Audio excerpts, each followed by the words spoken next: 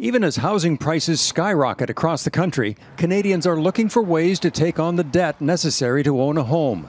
Mortgages make up the lion's share of Canadians' household debt, and it's only getting harder to finance. I have noticed a big difference in I used to see a lot more friends purchasing homes. It's pretty rare now. Kate Madower is a nurse. I'm a single income right now, so I'm just doing my little rent right now and putting money aside, but that has become more challenging. The problem, Canada's population growth has made housing more scarce and unaffordable. There's a lot of debt going into buying housing, and that's because there's not a lot of housing available. So we need a dramatic increase in housing supply in order to try and address this.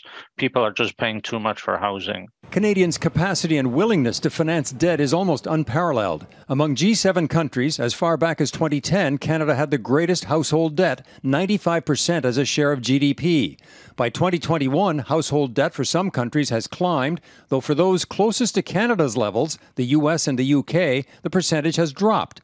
Yet in Canada, the numbers have shot up to 107% as a share of GDP. In other words, Canada's household debt is greater than the size of the country's entire economy.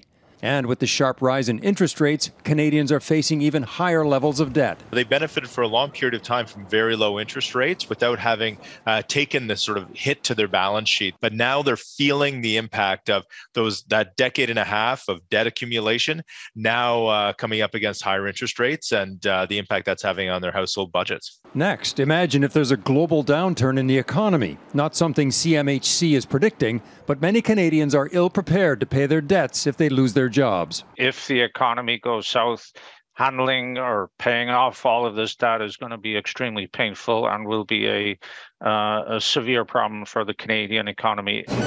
How to deal with mounting debt? I would say definitely being more strict in budgeting. So minimize spending and maybe hold on to your money for now, says Cole Knocker. Someone who's looking to save for a house, honest to God, wait. I would just wait.